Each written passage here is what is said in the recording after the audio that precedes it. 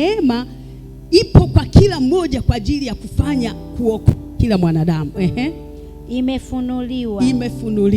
Nayo yatufundisha kukataa ubaya. Nayo inatufundisha kukataa ubaya na tamaa za kidunia. Tupate kuishi kwa kiasi. Na haki. Na utauwa katika ulimwengu huu wa sasa. Kazi ndani ya neema, nguvu iliyopo ndani ya neema. Nguvu iliyopo ndani ya neema ndio hiyo, kwamba neema hii iwaokoayo wanadamu wote. Ina nguvu ya kuokoa. Haleluya. Inaokoa wanadamu wote. Alafu inasema ya kwamba hii neema inatufundisha kukataa ubaya na tamaa za kidunia. Ndani ya nguvu ya neema inatufundisha kukataa ubaya na tamaa zote za dunia, ili tupate kuishi katika nini? Kwa kiasi. Na haki. Na utauwa katika ulimwengu huu wa sasa. Nguvu ya neema inatufanya ambao tumempokea Yesu, tuko ndani ya tumejazwa neema juu ya neema. Hii neema inatufundisha kukataa ule ubaya na ile tamaa za kidunia, ili tuishi katika nini? Katika utauwa, katika nini?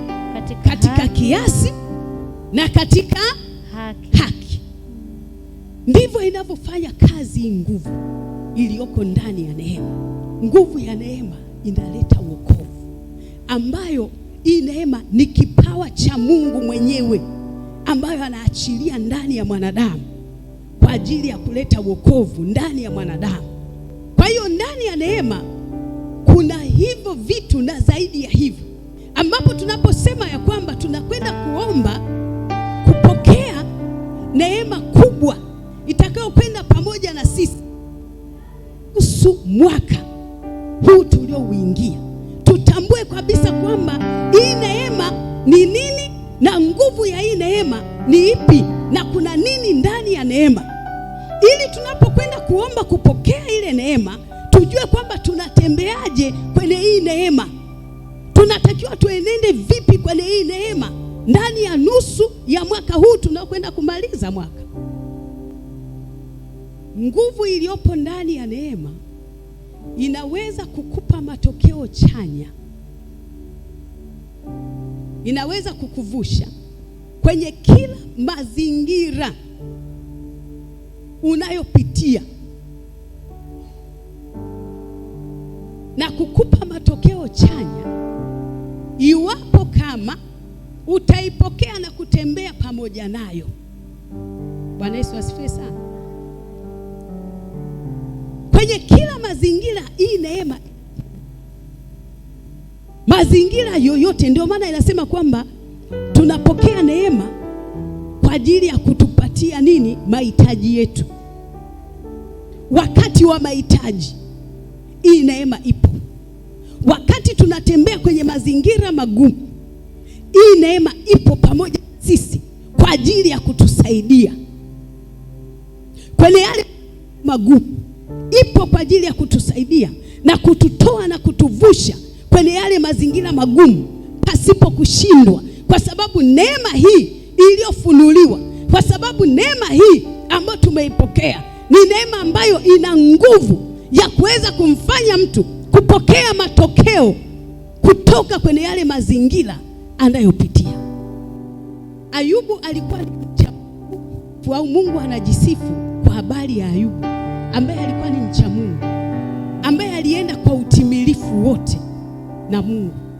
Inafika wakati Ayubu anaingia kwenye majaribu ya mali zote. Ayubu alikuwa tajiri sana kabla hata majaribu, tajiri wa kila kitu, ng'ombe, ngamia, punda, sijui nini, kondoo na nini hivyo, na watoto alikuwa nao na mke alikuwa nayo, mali zote alikuwa nazo. Kwa hiyo inakuja kutukia ya kwamba Ayubu anaingia kwenye jaribu au anaingizwa kwenye mazingira ambayo hakuwahi kuyapitia. Yeye ameshazoea mazingira fulani, lakini sasa anaingia kwenye mazingira ambayo hakuwahi kuyapitia. Kila kitu cha kwake kinaondolewa, kinateketea kila kitu, na si vitu tu, wala si watoto tu, na yeye mwenye nafsi anapitishwa kwenye mapito, anapitishwa kwenye shida, mpaka inafikia anamwambia kwamba bado umeshikamana na utimilifu wako, mkufuru huyu Mungu uende ukafe. Angalia majibu ya Ayubu. Kwanza angalia majibu ya Ayubu alivyojibu baada ya kupata taarifa ya vitu vyake. Anasema ile sura ya kwanza mstari wa 10 na mstari wa 21, akasema mimi nilitoka tumboni mwa mama yangu niliuchi, nami nitarudi tena huko uchi vile vile. Bwana alitoa na Bwana ametoa, jina la Bwana libarikiwe. Bwana Yesu asifiwe. Amen. Unaona kitu hichi ambacho Ayubu alichokuwa nacho, anaona kabisa mazingira ni magumu. Kama ni pesa hana, zimeisha.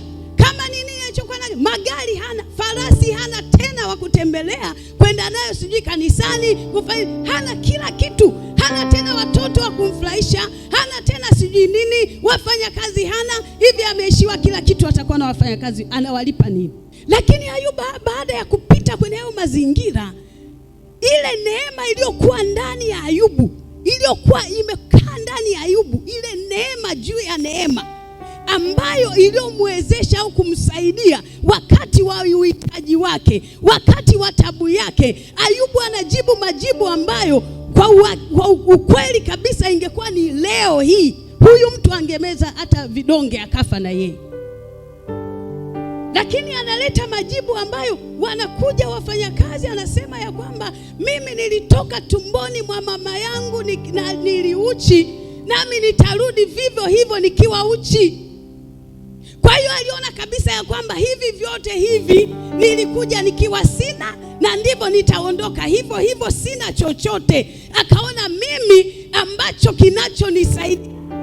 kitakachonisaidia kwenye mazingira haya sasa ambayo nimeingia, hakuna kingine, ni ile neema ambayo itakaoniwezesha kutembea na Mungu, ambayo itakaonisaidia kutembea na Mungu, niwe nacho nisiwe nacho. Ipo ile neema ambayo itakaonisaidia niende na Mungu mpaka mwisho, Mungu alipotaka nifike huko. Amen. Haleluya. Amen. Ndio maana akaona hivi vitu si kitu, si kama leo.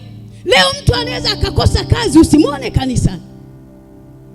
Leo mtu anaweza akakosa pesa, usimuone kanisani, usione anamwabudu Mungu, usione unaona anaacha hata kumtumikia Mungu. Ukimuuliza nini? Sina hela. Ukimuuliza nini? Sina kazi. Ukimuuliza nini? mimi napita mapito haya. Ukimuuliza mimi ni mgonjwa, na ana uwezo wa kutembea. Ayubu alichukua kigae akawa anajikuna, mwili wake wote ni majipu. Tumesoma ni majipu, na tunajua majipu yanavyosumbua, na tunajua majipu yanavyouma.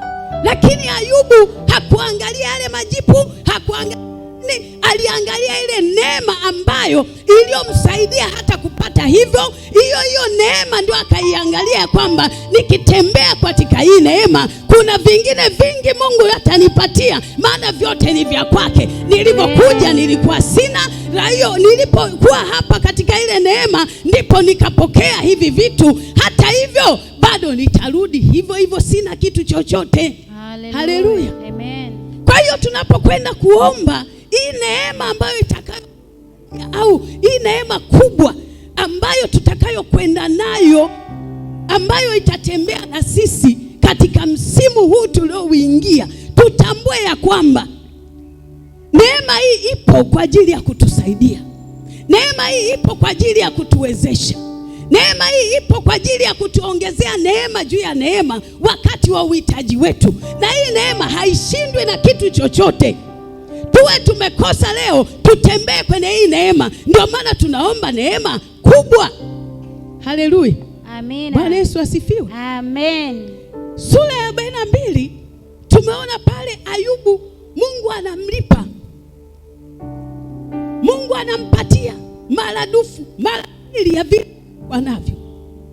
Matokeo Ayubu anayaona. Matokeo ya hii nguvu ya neema au matokeo ya kutembea pamoja na hii neema, Ayubu anayaona. Ayubu angekata tamaa, leo hii tusingesoma haya, leo hii tusingeyapata haya. Tumesema neema ni ule wema wa Mungu ambao anaomwachilia mwanadamu, anaompatia mwanadamu asiyestahili, anamstahilisha pasipo kuangalia mazingira, pasipo kuangalia chochote. Mungu anaachilia neema yake kwa mwanadamu. Kwa hiyo matokeo tunayaona kwenye mazingira magumu Ayubu anapita, lakini kuna matokeo anayapata ya kuwa amekubali kutembea ndani ya hii neema. Yaani amekubali kutembea na Mungu na Mungu katika neema hiyo ili kupokea matokeo.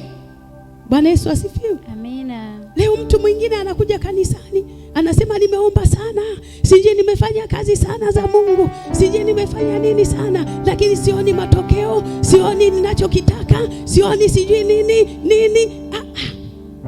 Tembea tu kwenye neema ya Mungu. Kwa wakati wa Mungu, Mungu atatupatia. Amen. Bwana Yesu asifiwe. Amina. Tukiangalia kwamba kwa sababu ninahitaji hiki sijakipata, Mungu naye anasema kumbe wao wamekuja kwangu kwa sababu ya vitu. Ndio ile Yesu kwamba hamnifati mimi bure, ila ni kwa sababu ya ile mikate. Ndio maana mmeona muongozane na mimi ili mpate tena mikate mingine, mpate tena samaki wengine. Nasema nyinyi nimeshawagundua. Kumbe kitu ambacho kinachotakiwa ni ile neema tutembee nayo. Nimepata leo au sijapata, ninaendelea na ile neema. Ninaendelea kutembea nayo. Nimekosa, ninaendelea kuwepo ndani ya neema. Ninaendelea kutembea na ile neema. Nimepata, Mungu amenizidisha, ninaendelea kutembea nayo. Ayubu alikuwa tajiri, lakini aliendelea kutembea na Mungu katika ile neema. Aliendelea kutembea. Ndio maana Mungu anajisifia Ayubu mbele ya shetani, kwa sababu Ayubu alikuwa na vingi, lakini Ayubu hakumuasi Mungu, wala hakumwacha Mungu, wala hakumwazia kwa upumbavu Mungu. Hata anapata matokeo, anapata mazingira magumu, anasema ya kwamba Ayubu hakumwazia Mungu kwa upumbavu. Anaendelea kutembea na Mungu. Kisoma kitabu cha Ayubu, nafikiri tumeshakisoma. Ndugu zake, marafiki zake wanakuja wamwambia, umefanya dhambi, umefanya nini, maneno mengi, lakini Ayubu amesimama mpaka ikafikia hatua akasema, ninajua mtetezi wangu yu hai, naye atasimama juu ya nchi. Haleluya. Katika haya ninajua mtetezi wangu yu hai. Anaendelea na ile neema, kutembea na ile neema ambayo itakayomwezesha, ambayo itakayomsaidia, ambayo itakayoleta wokovu, ambayo itakayomjaza neema juu ya neema. Anaendelea kutembea nayo huku akijua kwamba mtetezi wake yu hai. Ipo siku atamponya, ipo siku atamsaidia. Hata kama asipomponya, yeye ni mtetezi wake, anajua yuko hai. Haleluya. Kafikia sehemu akamwambia, mjue sana Bwana Mungu ili uwe na amani, ndivyo mema atakavyokujilia. Bwana Yesu asifiwe. Amen. Haleluya. Kwa hiyo tunapokwenda kumwambia Mungu kwa habari ya hii neema, wana wa Mungu, tujue namna ya kutembea na hii neema. Tunapoipokea hii neema, tujue nguvu iliyopo ndani ya hii neema ni nguvu ipi, inatokana na nini. Tunaweza tukasema, tukaomba hapa, Mungu tujaze nguvu ya neema, tujaze uwezo wa neema, tujaze na nini, jaze hivyo neema yako. Baada ya hapo tunashindwa namna ya kujua tunatembeaje kwenye hii neema, na hii neema inafanyaje kazi kwenye maisha yetu.